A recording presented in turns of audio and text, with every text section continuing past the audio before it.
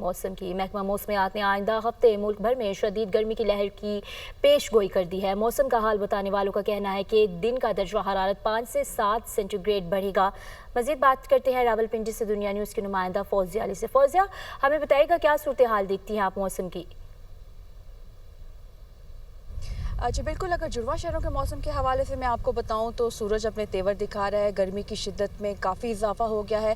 اس وقت بھی شہر اقتدار کے موسم کی بات کریں تو درجہ حرارت جو ہے وہ 37 ڈگری سینٹی گریڈ تک جا پہنچا ہے۔ گزشتہ روز اسلام آباد کا درجہ حرارت 41 ڈگری سینٹی گریڈ پر پہنچ گیا تھا۔ عید کا پہلا روز تھا، گرمی بہت زیادہ تھی، تاہم ہم نے دیکھا کہ رات کے وقت جو ہلکی بوندا باندی ہوئی، تیز آندھی چلی، لیکن اب صبح سویرے سے ہم نے دیکھا ہے کہ دوبارہ سے گرمی کی شدت میں اضافہ ہو گیا ہے۔ محکمہ موسمیات نے یہ پیش گوئی کی تھی کہ 12 جون تک گرمی کی شدت جو ہے، گرمی کی لہر جو ہے وہ اسی طرح برقرار رہے گی۔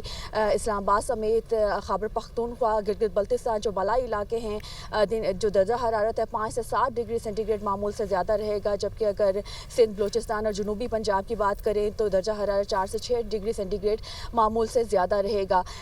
گرمی کی شدت جو آنے والے دنوں میں اسی طرح برقرار رہنے کی پیش گوئی کی گئی ہے۔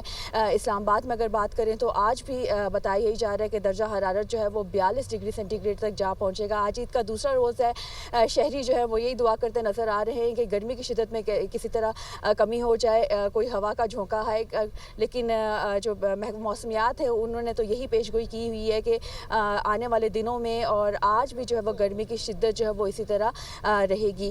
اس کے علاوہ اگر ملک کے دیگر حصوں کی بات کریں تو بالائی خیبر پختونخوا اور گلگت بلتستان میں بعض مقامات پر ہلکی بارش کی بھی پیش گوئی کی گئی ہے۔ جب گرمی کی شدت بہت زیادہ ہو جاتی ہے تو اس طرح کے چھوٹے ویدر سسٹم جو ہے وہ ہوتے ہیں اور اس کے بعد جو ہے وہ بارش برستی ہے۔ تاہم دن کے اوقات میں محکمہ موسمیات نے یہی بتایا ہے کہ گرمی یوں ہی برقرار رہے گی اور 12 جون تک اسی طرح گرمی کا سلسلہ جو ہے وہ جاری رہے گا۔ ٹھیک ہے، بہت شکریہ آپ کا فوزیہ علی، آپ ہمیں موسم کی تفصیلات دے رہی تھی۔